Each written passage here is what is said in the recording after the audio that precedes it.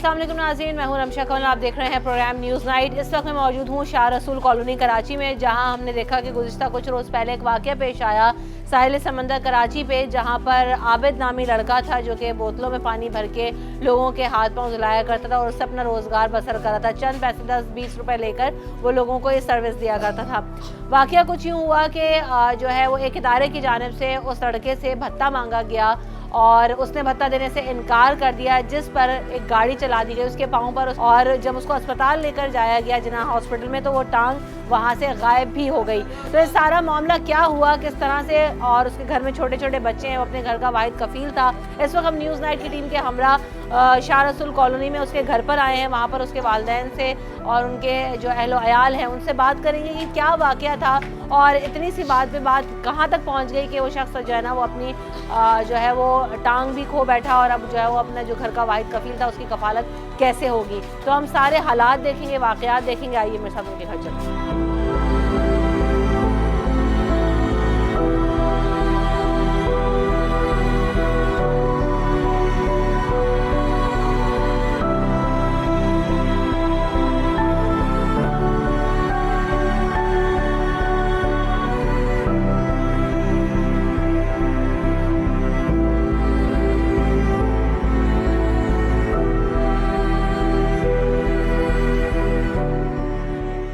इस वक्त मैं आबिद के घर पे आ चुकी हूँ और जो घर पे हालात हैं आके मैं बहुत ज़्यादा इस वक्त आके देख के तशवीश में हूँ कि आखिरकार जो अब एक अगर आबिद वाहिद कफ़ील है तो घर का गुजारा कैसे होगा। घर की जो हालत है वो भी हम आपको दिखाएंगे।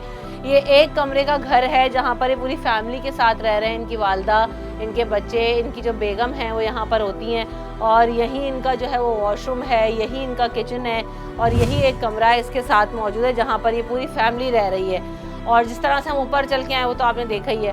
तो अब चलते हैं आगे, अंदर फैमिली से भी बात करके देखते हैं कि अब आगे इतने मुश्किल हालात में ऑलरेडी इतना ज़्यादा जो है ना वो ज़िंदगी और मामलात इन पर तंग थे, तो आगे जाके क्या सिचुएशन होगी। अभी ये सारा मामला हुआ है, वाक़या हुआ, ये कैसे पेश आया, पहले क्या हालात थे, किस तरह से कर रहे थे और आगे इस वाक़े के होने के बाद इनके तासुरात क्या हैं, हालात क्या हैं, वो मैं देखने के लिए आई हूँ। आपको भी दिखाती हूँ।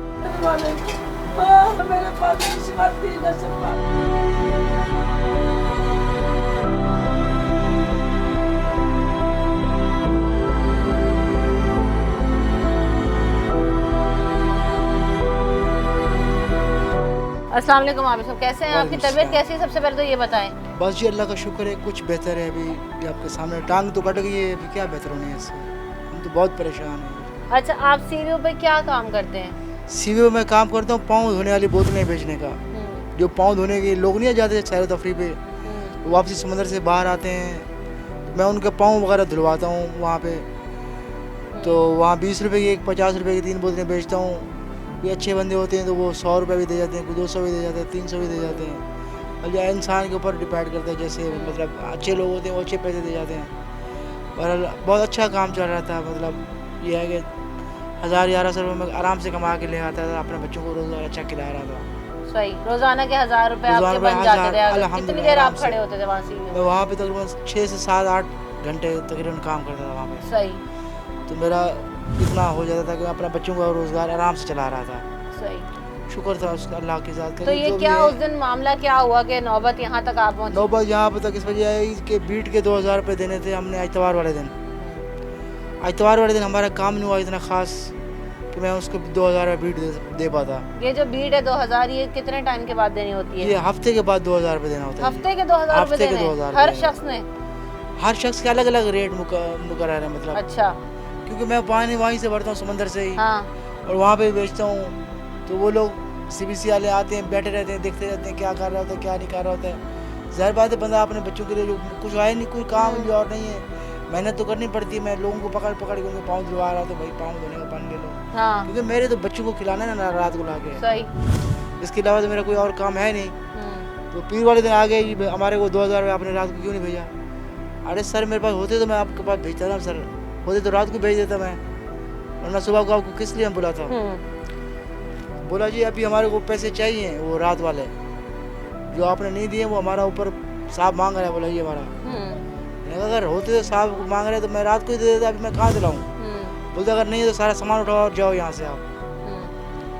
मैंने क्या किया, सामान उठाया और जाने लगा। बोलता है पहले रात वाले 2000 रुपये तो देके जाओ, जो आपने रात काम किया तो कल आप पूरी चढ़ा जो आपने लगाया। मैंने कहा फिर वही बात सर आप कर रहे हो, गलत बयान है। फिर मेरे को गालियाँ बकने शुरू हो गए। बोला ये सफाई कर दो, ये सामान हटा दो ये सारा। ट्रैक्टर आया मेरे हाथ में गलने थी, ये बच्चे थे साथ में चल रहे थे। ट्रैक्टर आया आगे ज़ोर से मारा ना ऐसे, तो मेरा एक पीछ इस तरफ पाँव था, एक उस तरफ था ना, हाथ में गलन थी। तो ये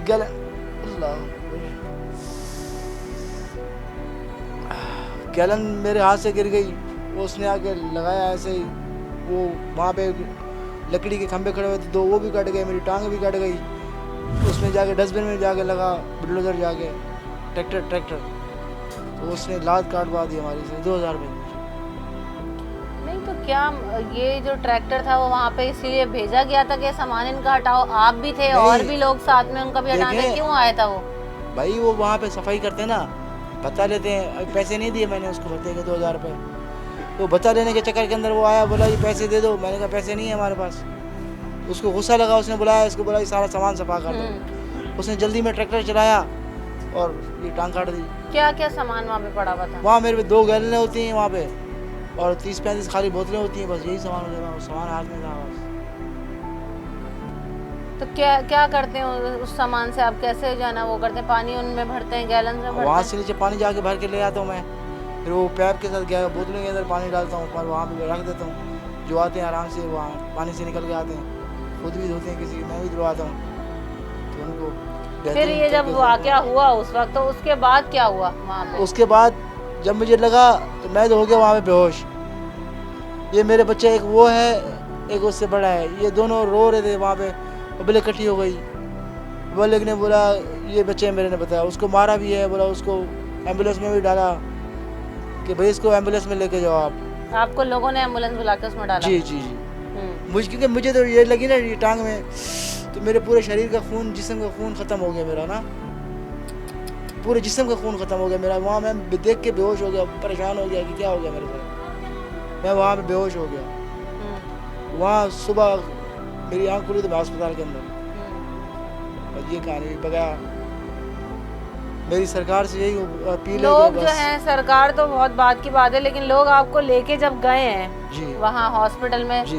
तो आपकी टांग के साथ वहाँ पे क्या हुआ? हॉस्पिटल में एक अलग कहानी हुई? हाँ हॉस्पिटल में अलग कहानी हुई। वहाँ पे वहाँ हमारा पाँव नहीं मिला हमारे को दोबारा। एम्बुलेंस में पाँव साथ आया था, ये किसने देखा? मेरे बच्चों ने देखा। बच्चे बताते हैं, बात बताते हैं, आपसे भी करती हूँ जी बात। वहाँ बच्चों ने देखा, सब ने देखा।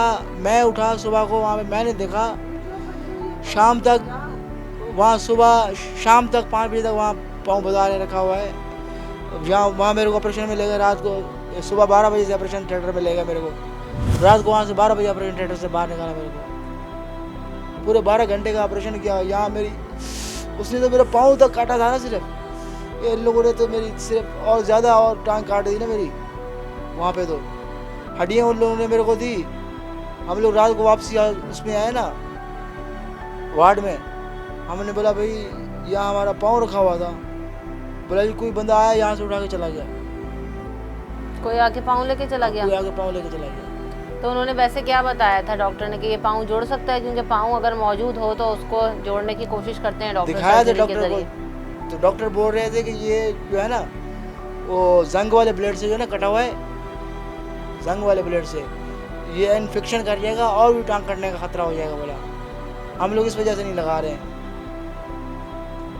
उससे पूछा था। तो अब क्या बताया उन्होंने, इसका ट्रीटमेंट क्या बताया? ट्रीटमेंट उसका उन्होंने कोई भी नहीं किया, स्टेटमेंट उन लोगों ने भी कुछ भी नहीं किया। 3 दिन ऑपरेशन, इतना बड़ा ऑपरेशन करने वाले वो 3 दिन को रखता है। 3 दिन के बाद 3 दिन में छुट्टी दे दी। मैंने पूछा क्यों? बोला जी और भी आप की तरह बहुत सारे गरीब आते हैं इधर, बेड नहीं है हमारे पास, ये नहीं है, वो नहीं है, फला नहीं है, लिहाजा आपको हम छुट्टी दे रहे हैं, आप वहीं किसी करीब से पट्टी करवा लेना। तो यहाँ पे आए, चलो हमने बोला चलो भाई घर चलते हैं। यहाँ पे आए, ये 1050 रुपये रोज़ाना पट्टी वाला लेते हैं हमारे से। घर के खर्चे अखराजात, इतनी परेशानी के आलम क्या बताया आपको, दिल तो करता है भाई बस क्या बताएं आपको। बस इतनी तकलीफ है, इतना दुख हो रहा है मुझे इस वक्त यहाँ पे देख के सिचुएशन, क्योंकि बहुत सारी चीज़ें बज़ाहिर हमें सुनने में बहुत आसान लग रही होती हैं, लेकिन पहले मुझे भी ये था कि ये सारा वाक़या हुआ, कोई ना कोई इसके पीछे और भी बात होगी, कुछ और शायद लड़ाई हुई होगी, कोई झगड़ा हुआ होगा। लेकिन बच्चे साथ थे, बच्चों ने देखा है। यहाँ आके जब मैंने हालात देखे हैं तो मैं तो ये सोच कर ही मेरा दिमाग इस वक्त सुन हो गया है, मैं शल हो गई हूँ कि इन हालात में वो 2-2 हज़ार रुपये देना भत्ते की मद में, जहाँ पर बंदा 600 से 1000 रुपये रोज़ाना के कमा रहा है और वो इस घर में लेकर आ रहा है, जहाँ पे इस कफ़ील के तहत ही जो है ना वो इतने सारे लोग हैं जिन लोगों का इस घर में गुजर बसर हो रहा है। ब्रेक लेंगे, ब्रेक के बाद उनकी वालदा से, उनकी बेगम से और उनके बच्चों ने, जो कि बच्चों ने सब कुछ देखा, वहाँ इंसिडेंट में मौजूद थे, वो रोने लगे और उनको सारी चीज़ें याद हैं, तो उनसे भी बात करेंगे। ब्रेक लेती हूँ, ब्रेक के बाद वापस आते हैं।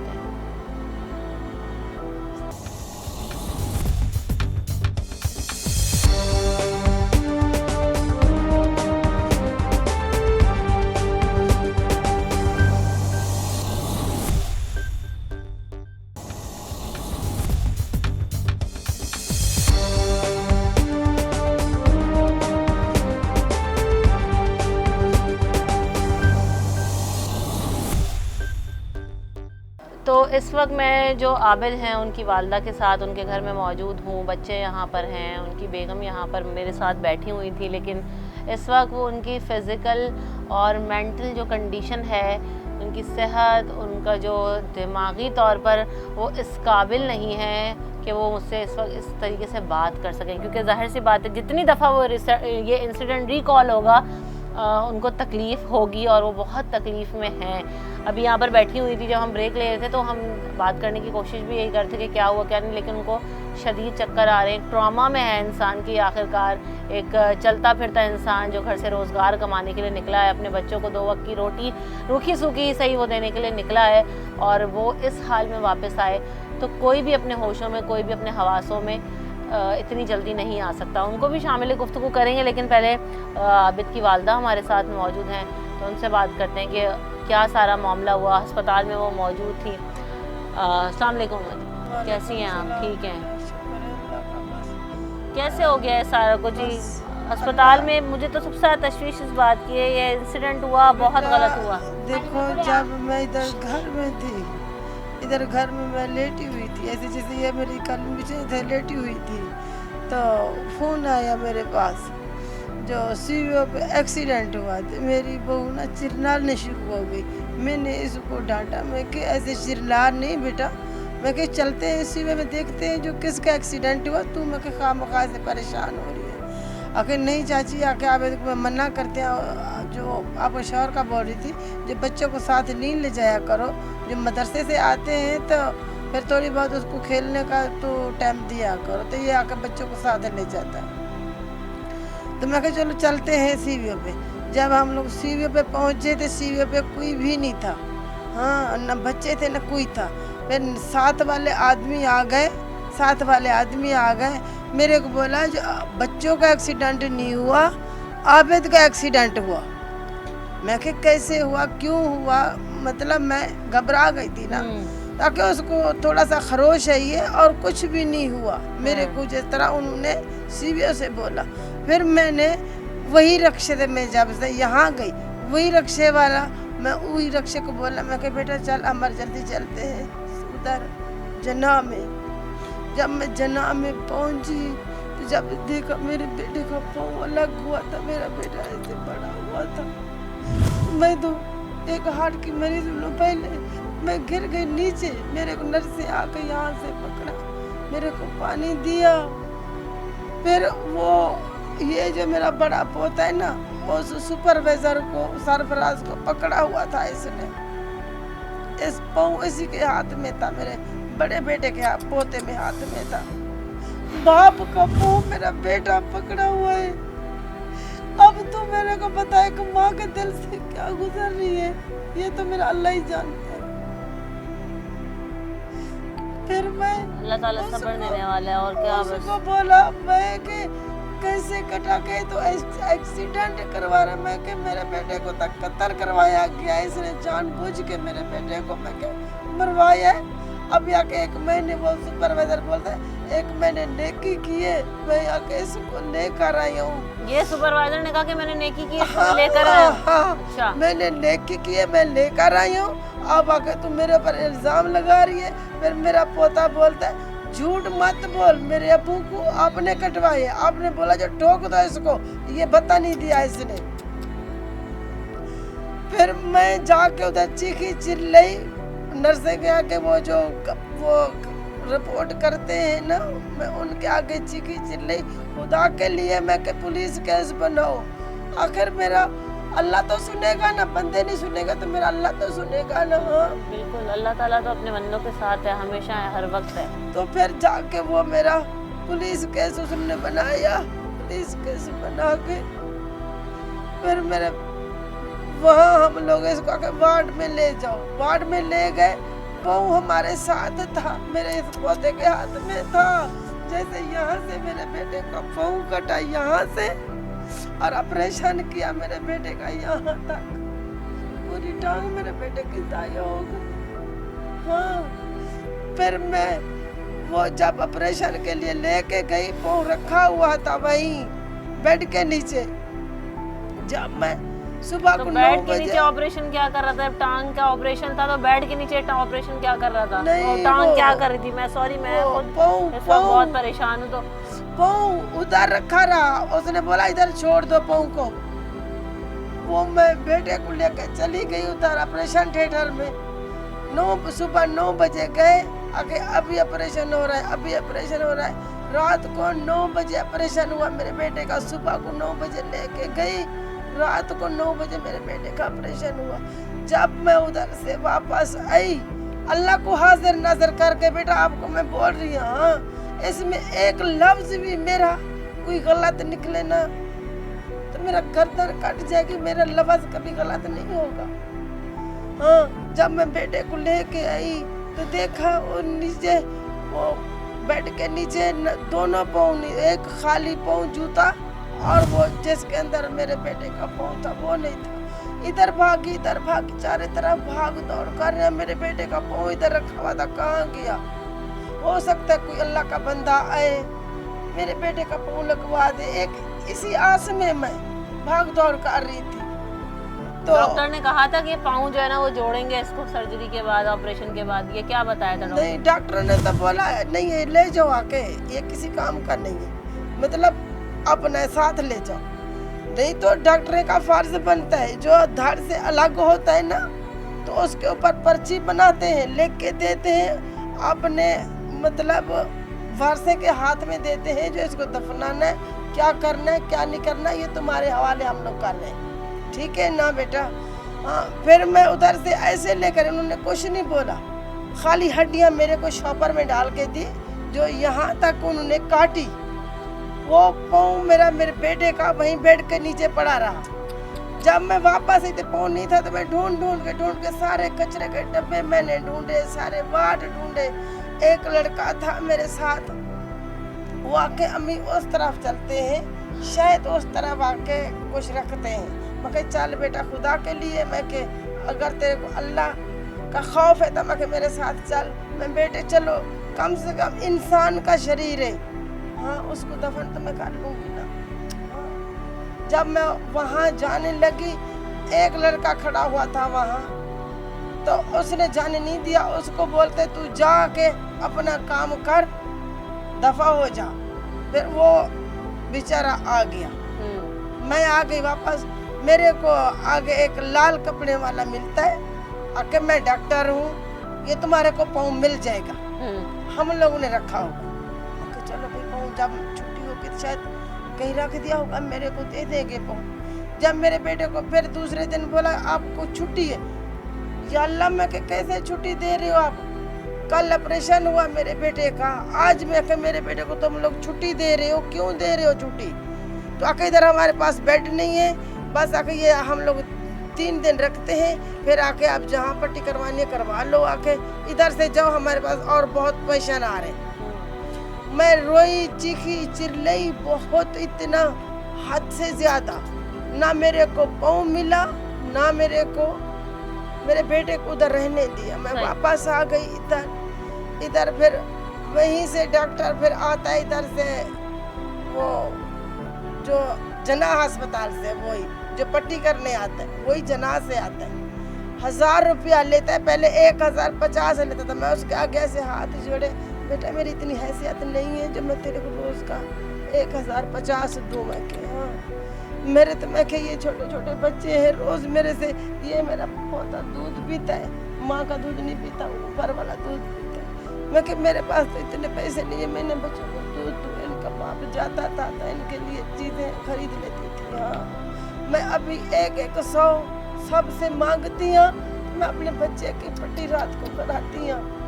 हाँ 100 रुपए कौन देता है आपको? हाँ मेरे अपने रिश्तेदार सब लोग ही बैठे हुए हैं। ये घर किराए का है आपका? हाँ, अपना? ना मेरा अपना ही घर है ये। ऊपर नीचे रिश्तेदार रहते हैं आप? हाँ ये मेरा अपना ही घर है बेटा, मैं झूठ क्यों बोल रही हूँ? मेरा किराए का घर है नहीं, मेरा अपना ही घर है ये। सही। मेरे शौहर थे, वो इंतकाल कर गए, उसको 3 साल हो गए। ये आपके घर के वाहिद कफील हैं? यही वाहिद कफील है। मेरी बेटी 18 साल की, उसको हाई लेवल पे शुगर है। अभी देखे तो अभी मेरे पास सारे सबूत रखे हुए मेरी मान बेटी लिया के। आपने। कहते हैं अस्सलाम वालेकुम, अब आपकी इधर आइएगा थोड़ा सा आगे, इधर आए। कैसी तबीयत है अब आपकी? बेहतर फील कर रही है कुछ? सही कर। क्या कहना चाहेंगी? ये जो सब कुछ हुआ है, कौन जिम्मेदार है इसका? कैसे अब ये मसाइल हल होंगे? अभी वो अल्लाह जाने, जो हुकूमत जाने, हम क्या कह सकते। जो हम कह सकते हैं वो ही हो जाएगा। जब अब हम कहेंगे ये 1 मिनट में सही हो जाएगा, नहीं हो जाएगा। वो तो तकलीफ हमें है ना, हम बर्दाश्त कर रहे हैं ना। पूरी रात जागते अपने शौहर के लिए। बच्चों को ये सारा दिन, ये दूध भी उसके हाथ से पीता था, सारा कुछ वही करवाता था। अभी ये जो रोता है रात को, पूरी रात रोता है, वही कर सकते हैं आप? नहीं ना, हमें पता है ना जो हमें जख्म मिले हैं। मेरी यही हुकूमत से फरियाद है, जब मेरे बच्चे का इलाज कराया जाए, और हमारा जो है घर का खर्चा कहाँ से लूँ? मैं अकेली बंदी कहाँ जाऊँ?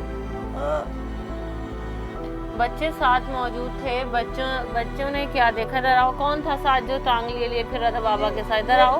ये था अयान बेटा, अयान था उधर आओ। कैसे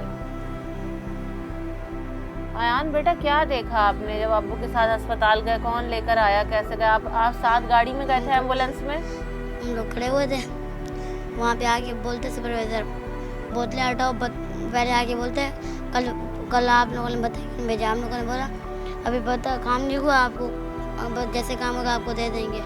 फिर थोड़ी देर में उसने बोला, उसको ट्रक वाले को बोला चला दो गाड़ी, सामान हटा दो। उसने चलाई, मेरे बुक टांग कट गई।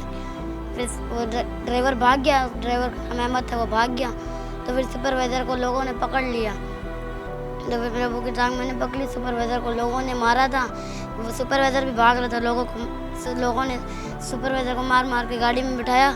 फिर वो आया, फिर बोल रहे एक तो मैं लेके आया, फिर मेरी नेकी तुम यही वो दे रहे हो।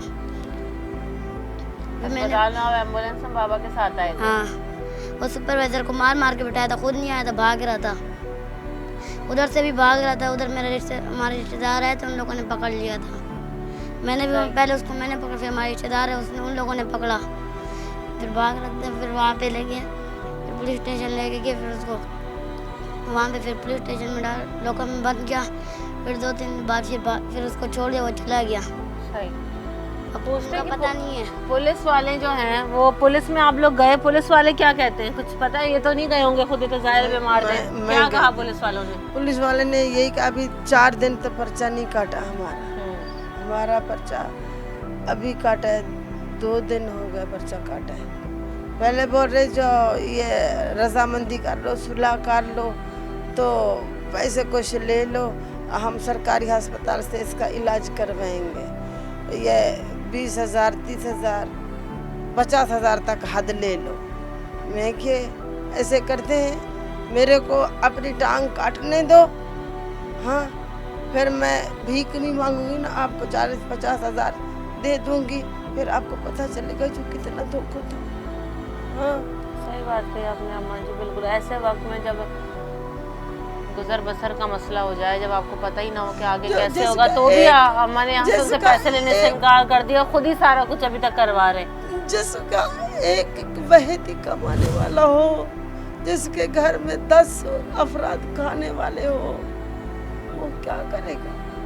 अब कैसे चलेगा? ये तो महीनों बिस्तर पे रहेंगे। हाँ, अभी अल्लाह मालिक एक से अपील कर रही है, जो कोई जितने ही हो सकते मेरी मदद करो, मेरे बच्चों के लिए कुछ ना कुछ तो इमदाद कर दो, जो मैं इनको अपना सालान रोटी तो खिला सकूं, और तो कुछ नहीं खिला सकती। आप कुछ कहना चाहती हैं अपने शौहर के लिए? बस दुआ करें मेरा शौहर जल्दी से ज़ख़म इसका भर जाए, और हमें कोई टेंशन नहीं है, इसके ज़ख़म की टेंशन है, इसका ज़ख़म टूट जाए। शुगर का मरीज भी है, मैं क्या और करूं? मैं जहाँ जाते मैं जहाँ देखते मेरे को अंधेरा अंधेरा नजर आता है बच्चे के बगैर, और कुछ नहीं नजर आता। अंधेरों के बाद अल्लाह ताला उजाला भी ज़रूर दिखाता है। अल्लाह ताला आप लोगों को सब्र दे और देखिएगा कि ये जो हालात हैं बहुत मुश्किल है। यकीनन मैं तो आपको तसल्ली भी नहीं दे सकती, क्योंकि मेरे पास अल्फाज नहीं है अम्मा जी तसल्ली देने के लिए भी, क्योंकि ये जो सब कुछ हो चुका है। ऊपर अल्लाह है, नीचे आप लोग हैं, हमारे को इंसाफ दिला सकते हो। हम अपनी सी कोशिश बिल्कुल कर रहे हैं और आगे भी करेंगे, लेकिन ये है कि मेरे पास आपको तसल्ली देने के लिए भी अल्फाज नहीं, क्योंकि जो कुछ हो चुका है ये इंतहाई बर्बरियत है, ये इंतहाई सफाकी है। 2000 रुपए के पीछे आपने किसी चलते फिरते इंसान की टांग काट दी, उसके पूरे घर का निज़ाम दरहम बरहम करके रख दिया, और वो शख्स है जो कि अपना जो है ना वो 2 वक्त की रोटी पूरी कर ले, अपने बच्चों को दूध और अपने बच्चों को जो है ना वो 2 निवाले ही खिला दे, तो बड़ी बात है। क्योंकि जो हालात हैं, जिस तरह से हम लोग अब सरवाइव कर रहे हैं, बहुत मुश्किल है। आप चलते चलते आप सब, क्योंकि हम जिला अस्पताल में भी जाएंगे, बात ज़रूर करेंगे, उनका भी वर्जन दिखाएंगे, वो क्या कहते हैं। आप कुछ कहना चाहते हैं मेरी अभी सिर्फ हुकूमत और सरकार से ये गुजारिश है, इमरान खान साहब से हाथ जोड़ के, और वज़ीर आला मुराद अली शाह से हाथ जोड़ के मेरी ये दरख्वास्त है कि मेरे साथ इंसाफ किया जाए, मुझे इंसाफ दिलाया जाए। बड़ी मेहरबानी होगी आपसे लूँगी साहब। बोला तब्दीली सरकार आ गई, आटा 30 रुपए किलो लेते थे, आटा 80 रुपए किलो चला गया, हम लोग देख आटा नहीं पूरा कर सकते थे। अभी हमारी टांग कट गई, वो भी गवर्नमेंट के इदारे ने काटेगी, CBC ने। हमारे को इंसाफ दिलाया जाए, हम बहुत इंसाफ के मुंतजर हैं बस अभी आपसे, इंसाफ की गुजारिश है आपसे बस, और कुछ नहीं चाहिए हमारे को।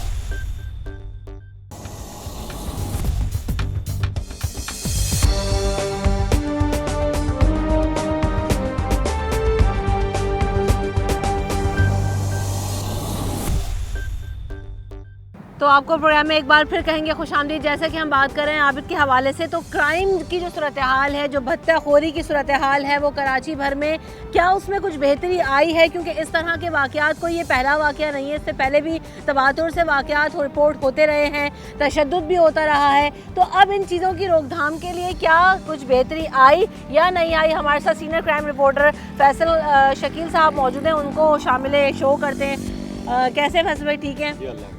तो सबसे पहले तो ये बताएं कि ये जो वाक़यात हैं ये ख़त्म होने का नाम नहीं ले रहे। ये पहले भी होते थे, ये आज भी होते हैं, चाहे हम कितना ही कर लें। इनको मीडिया पे भी रिपोर्ट होते हैं, अखबारों में भी होता है, सोशल मीडिया पे तो आपको पता है हर चीज़ अब वायरल हो जाती है मिनटों में। कैसे जो है ना काबू पा सकते हैं, और ये क्या वजह है इन चीज़ों की? देखिए, सबसे पहले तो मैं आपको बताऊं कि ये जो इंसिडेंट हुआ है, मेरी 26 साल तारीख़ में क्राइम रिपोर्टिंग करते हुए मुझे 26 साल हो गए, उसमें पहला ऐसा इंसिडेंट देखा है जिसमें इतनी सफाकियत देखी है कि मामूली सी रकम 2-3 हज़ार रुपये भत्ता ना देने पर वो भी जो है वो एक शख्स के पाँव काट दिया गया। और दिलेरी उस पर यह है कि वो एक तो FIR दर्ज नहीं कर रहे थे पुलिस वाले, तो FIR बामुश्किल तमाम 2-3 दिन बाद दर्ज हुई, तो मुलजिम जो एक पकड़ के दिया था वो भी जो है वो छोड़ दिया गया है। इस केस में जो है वो बाअसर लोग मुलव्विस हैं, जिसकी वजह से जो सरफराज नामी ठेकेदार था जो पकड़ा गया था, लोगों ने पकड़ के दिया था, जो भत्ता लेने के लिए आया था, वो जो है भाग गया और ड्राइवर अहमद भी नहीं पकड़ा गया। ये तो रही इस केस की बात। अब ये शख्स जो है आबिद, ये 4 बच्चों का बाप, घर का वाहिद कफील और इंतहाई कस्मा पुरसी के आलम में अपने घर में ज़िंदगी गुजार रहा है। 30 गज का इसका घर है, बेरंग दीवारें हैं। अब मैं आपको बताऊं कि कराची की सूरत हाल ये है कि कराची में अमन व अमान की सूरत हाल में काफ़ी बेहतरी आई। 2013 के बाद जो ऑपरेशन शुरू किया गया उसमें टारगेट किलिंग का सिलसिला ख़त्म हुआ। यहाँ पर जो सेक्टेरियन टारगेट किलिंग होती थी, पॉलिटिकल टारगेट किलिंग होती थी, वो ख़त्म हुई, बम धमाके ख़त्म हुए। लेकिन कराची में भत्ताखोरी अभी भी जो है वो जारी है। लियारी के कुछ इलाके हैं, कुछ पॉकेट्स हैं, उधर जो है वो दोबारा से भत्ताखोरों ने सर उठा लिया है। इसके अलावा पाक कॉलोनी का इलाका है, वहाँ पर भी भत्ते की कंप्लेंट्स हो रही हैं। लेकिन इस भत्ताखोरी को रोकने के लिए CPLC जो था वो भी एक मुनज़्ज़म साजिश के तहत जो है वो ख़त्म उसका रोल कर दिया गया। समझते हैं कि बहुत हद तक अभी भी चूंकि इस इंसिडेंट के अंदर भी इदारा इन्वॉल्व है, कोई शख्स नहीं है, कोई पॉलिटिकल पार्टी इस तरह से नहीं है, लेकिन अभी तक भी इदारों को जो है ना उस तरीके से फ़ाल नहीं बना पा रहे। उनमें से भत्ताखोरी, करप्शन, तशद्दुद, ये चीज़ों को अभी तक हम ख़त्म नहीं कर पा रहे। जब तक इदारे स्ट्रॉन्ग नहीं होंगे, ये इंडिविजुअल का काम तो नहीं है, हम सिर्फ पॉलिटिकल पार्टीज़ को कहते रहें। जी बिल्कुल रमशा, आपका कहना दुरुस्त है। मैं आपको बताऊं कि KD हो गया, KMC हो गया, वाटर बोर्ड हो गया, SBC हो गया और जितने भी इदारे हैं वहाँ करप्शन हो रही है और वहाँ भत्ताखोरी चल रही है। ये तमाम लोग जानते हैं, हुक्मरान भी जानते हैं, सियासी रहनुमा भी जानते हैं, तमाम पॉलिटिकल वर्कर भी जानते हैं और आवाम भी ये जानती है। अब यहाँ पर आपको मैं बताऊँ, ये साहिल है, यहाँ पर लोग तफरी के लिए आते हैं, लेकिन यहाँ पर भत्ताखोरी किस सेंस में हो रही है कि यहाँ पर अगर 20 रुपये फ़ीस है तो 50 रुपये ली जा रही है, 100 रुपये ली जा रही है। बाइक की अगर 10 रुपये फ़ीस है तो 20 रुपये ली जा रही है।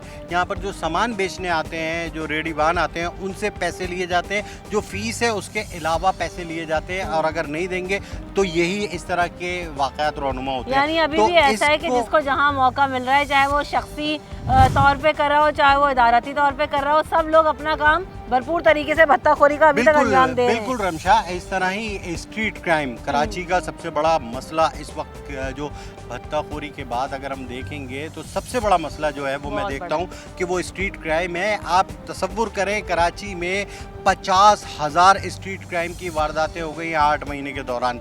तो ये वारदातें जो है स्ट्रीट क्राइम पर काबू नहीं पाया जा सकता और ये इदारों को भी सख्ती करनी पड़ेगी, कानून नाफिज करने वाले इदारों को भी एक्शन लेना पड़ेगा, तभी ये इस तरह के वाक़यात। अब आपने कानून नाफिज करने वाले इदारों की बात कर दी फैसल, हमारे यहाँ तो कानून नाफिज करने वाले इदारे भी खुद करप्शन में, भत्ताखोरी में, भत्ते लेने में, आपने देखा लॉकडाउन की सिचुएशन में यहाँ शटर उठते थे, यहाँ गाड़ी जाती थी शटर डाउन और कारोबार तो ये सब चीज़ें तो चलती रही हैं। कैसे जो है ना वो इदारों पे हम एतमाद करेंगे या इनको कानून नाफिज करने वाले इदारे तो खुद मुलविस होते हैं। बिल्कुल आपका कहना दुरुस्त है। लॉकडाउन में हमने देखा और ऐसा अब भी हो रहा है और पहले भी हो रहा था कि जो है वो पैसे लिए जा रहे थे, शादियां करवाई जा रही थी, सारी चीज़ें हो रही थी।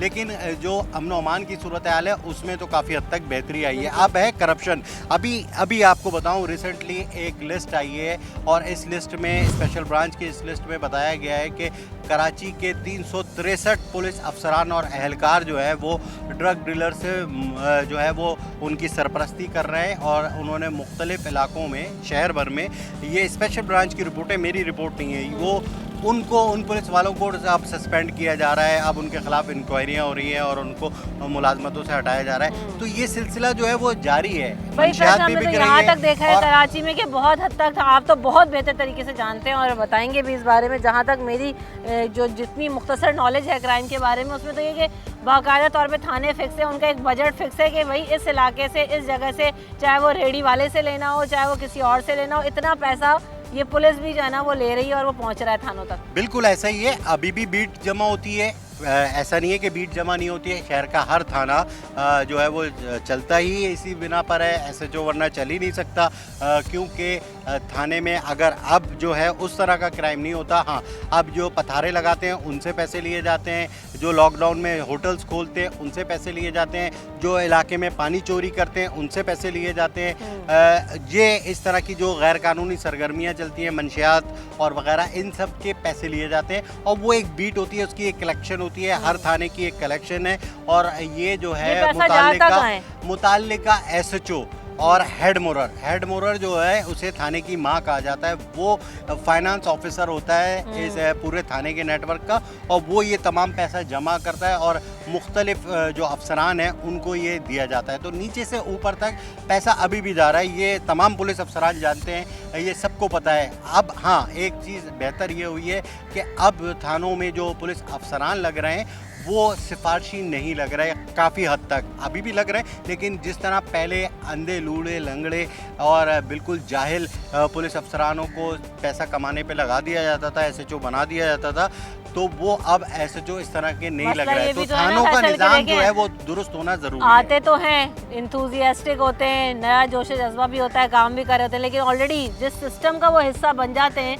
अब इस सिस्टम को कैसे बदलना है? ये जो भत्ताखोरी पे आज हम स्पेसिफिकली बात करें, सारा वाकई इसी वजह से हुआ। देखें, तो इसको कैसे रोक रहे हैं, सिस्टम को कैसे जो है ना वो आपको बेहतर होता नजर आए? देखिए रमशा, ये पूरा सिस्टम जो है ना वो एक नेटवर्क है। एक बंदा जब एसएचओ की पोस्टिंग लगती है ना तो उसको पैसे देता है, सही। तो वो जब पैसे देगा 5-7 लाख रुपए देगा एक पोस्टिंग हासिल करने के लिए, तो वो यकीनन उससे 4 गुना ज़्यादा कमाएगा, क्योंकि उसको अगली पोस्टिंग के लिए भी रखने, और उसको पता नहीं कि उसकी 15 दिन बाद पोस्टिंग हट जाएगी या महीने बाद हट जाएगी।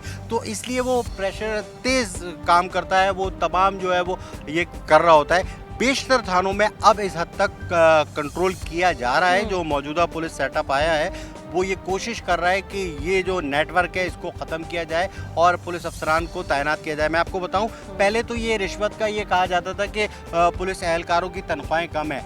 अब एक कांस्टेबल की तनख्वाह 70,000 से कम नहीं है, और जो एसएचओ है उसकी लाख से ऊपर तनख्वाह है। तो तनख्वाहें अब ऐसी नहीं है कि जिसमें जो है वो रिश्वतखोरी की जाए। ट्रैफिक पुलिस हो गई, स्पेशल ब्रांच हो गई, ये इलाकाई पुलिस हो गई, ये तमाम इनको ठीक करने के लिए बाकायदा सख्त एक्शन लेने की ज़रूरत है। ख़ास तौर पे जो मुनज़्ज़म क्राइम चल रहे हैं उसे बंद करने की बिल्कुल। और ये ऐसे नहीं होगा इधर जब तक इदारों की सपोर्ट नहीं होगी, जैसे कि फैसल ने भी कहा कि कानून नाफिज करने वाले इदारों की सपोर्ट नहीं होगी, पुलिस साथ नहीं देगी, ये भत्ताखोरी के वाक़यात ऐसे ही होते रहेंगे। और इनको कम करना, क्योंकि ऑलरेडी हमने देखा कि कराची में बहुत हद तक दीगर मामलात में बेहतरी आई है, लेकिन भत्ताखोरी और स्ट्रीट क्राइम पर अभी तक उस तरीके से काबू नहीं पाया जा सका है। ब्रेक के बाद हाजिर होते हैं।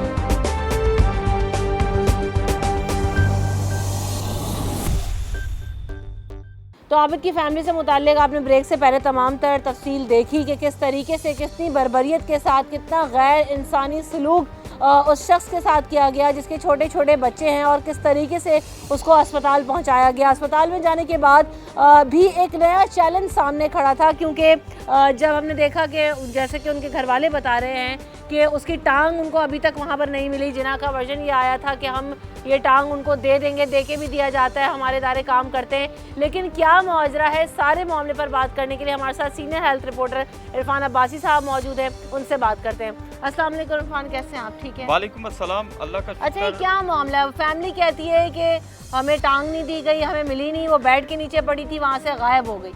अच्छा देखिए जी, अस्पताल इंतज़ामिया से हमारी कुछ देर पहले भी बात हुई थी। उनका कहना था कि जो वहाँ के सीनियर डॉक्टर थे, वहाँ की इंतज़ामिया थी, उनका कहना था कि उनके इल्म के अंदर ये बात लाई नहीं गई थी कि जो टांग है वो यहाँ पे लाई गई, क्योंकि जिना अस्पताल का अलमिया ये रहा है कि पिछले 2 से 3 महीने के दौरान जो ज़्यादातर प्रोफेसर थे उनके अंदर ऑर्थोपेडिक के जो जमाली थे डॉक्टर, वो रिटायर हो गए थे, और ये मखसूस डॉक्टर थे कि जो इस तरीके से इंसानी जो आज़ा हैं उनको जिस्म के साथ दोबारा से पेवस कर देते हैं।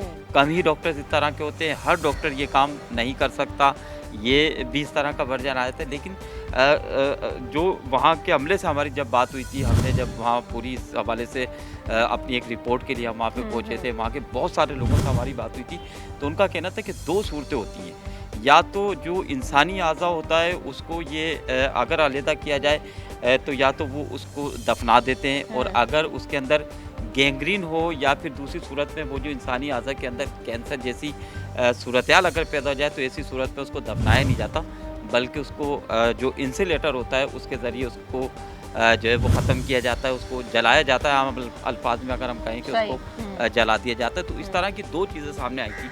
हमने उनसे पूछा कि ठीक है, अगर वो वहाँ के स्वीपर ने उठाया है, उठा करके उसको जलाया या फिर दफनाया है, तो कम से कम फैमिली के इल्म के अंदर लाई जाए कि फैमिली क्योंकि परेशान है। फैमिली के जहन के अंदर ये था कि अगर इनके बच्चे को पैर समेत वहाँ पर लेकर जाते तो शायद उसका ये जो टांग थी शायद वो उसके साथ जो है वो जोड़ दी जाती, लेकिन ऐसा नहीं हुआ। अच्छा, का वर्जन भी यही आया कि हमें ये कहा गया है कि कुछ डिपार्टमेंट्स में जाता है, वो चेक होता है, उसके बाद हम आपको पर्ची बना के देंगे, वो आपको मिल जाएगा। उनकी वालदा ज़ाहिर सी बात है जितना उनको समझ में आया। देखें जी, बात ये कि वहाँ जिन अस्पताल की जो सूरत हाल थी वो ऐसी थी कि वहाँ पर ये पैर जुड़ ही नहीं सकता था। सही। फैमिली उसको जिना अस्पताल लेकर गई, उसको फौरी तौर पर वहाँ तिब्बी इमदाद फराहम की गई, लेकिन वहाँ पर ये पैर इसलिए नहीं जोड़ा जा सकता कि वहाँ पर सिर्फ एक जो प्रोफेसर हैं वो इस काम को अंजाम देते हैं। हर आर्थोपेडिक डॉक्टर इस काम को अंजाम नहीं देता। उसके अलावा वहाँ के सीनियर डॉक्टर्स का ये भी कहना था कि ये भी वक्त इनके पास होता है, तकरीबन 4 से 5 घंटे का इनके पास ये वक्त होता है। अगर इस दौरान में जो इंसानी आज़ा है वो थोड़ा सा बेहतर हालत में या उसके अंदर इस तरह की जो उनका एक तरीके का टेम्परेचर होता है इंसानी अज़ा का, अगर वो टेम्परेचर बरकरार है तो ऐसी सूरत में तो उसको जोड़ा जा सकता है। बसूरत दीगर अगर ज़्यादा वक्त गुजरता है तो फिर ये डॉक्टर के लिए काफ़ी ज़्यादा मुश्किल होती है। ताहम बहरहाल सूरत हाल जो भी हो, आबिद की फैमिली अपनी जगह पे इसलिए सही है कि उनका बच्चा था, छोटे उसके बच्चे थे, उनकी फैमिली की यही ख्वाहिश थी कि उसका पैर नहीं कटता, वो दोबारा से अपने पैरों पे खड़ा होता और फिर दोबारा से उसको जो है वो अपने बच्चों के लिए कुछ कर पाता। लेकिन अब सूरत हाल ऐसी है कि वो जो आबिद है वो अब माजूर हो चुका है ज़िंदगी भर के लिए। ताहम अस्पताल इंतज़ामिया की भी जिम्मेदारी बनती है कि वो कुछ नहीं तो कम से कम सीसीटीवी फुटेज, हाँ सीसीटीवी फुटेज निकाली जा सकती है, देखा जा सकता है। दूसरा उनका एक और शिकवा था उनकी वालदा का कि वो कहती हैं कि 3 दिन के अंदर सिर्फ छुट्टी दे दी गई। अब जो पट्टी करवा रहे हैं गरीब है, जाहिर सी बात है, रोज़ाना का दिहाड़ी करने वाला 700-800 रुपये 1000 रुपये बहुत भी हुए तो वो इतनी मजदूरी कर लेता था, उसको पट्टी कराने के लिए अब घर पे कहा गया क्योंकि बेड अवेलेबल नहीं है, उसकी और मज़ीद जो है वहाँ पे निगहदाश्त नहीं हो सकती, जबकि यहाँ पे आपने देखा कि टांग कटी हुई है। तो ऐसी हालत में वो रोज़ाना 1000 रुपये उसी अस्पताल से बुला के प्राइवेटली पट्टी कराने पर घर पर मजबूर हैं। अच्छा रमशा, इसके अलावा क्या हालात आप जाते रहते हैं, क्या देखते हैं? एक चीज़ और मैं आपको बताऊँ कि अगर हम बात करें आज से 6-7 साल पहले तक की, तो उस वक्त अस्पताल के अंदर सिर्फ 800 बेड थे, जबकि वहाँ पर 2800 जो है वो अमला था। आज सूरत हाल ये है कि आधे से ज़्यादा जो अमला है वो रिटायर हो चुका है, ठीक है, वो जा चुका। अब इन हालत के अंदर आप कितना बेहतर मरीज़ के लिए कर सकते हैं। अब सूरत हाल ऐसी है कि जिना अस्पताल, क्योंकि शहर का बड़ा अस्पताल है और इस शहर के अंदर पूरे सिंध से नहीं बल्कि पूरे पाकिस्तान से लोग आते हैं, तो अब ज़रूरत इस बात की है कि जो हेल्थ डिपार्टमेंट है वो सारी सूरत हाल को देखे और इसको मद्देनजर रखते हुए यहाँ के जो इंतजाम हैं उनको बेहतर करें। ठीक है, बहुत शुक्रिया इरफान आपने वक्त दिया।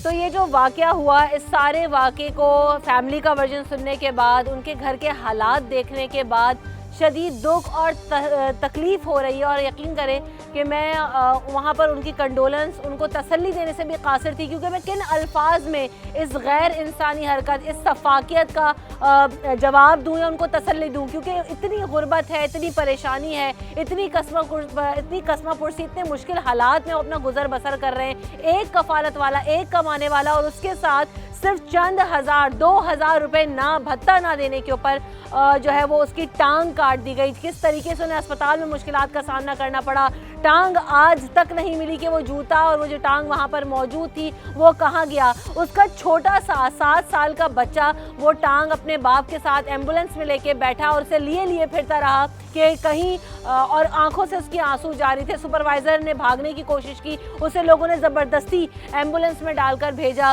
पुलिस रिपोर्ट करवाई गई।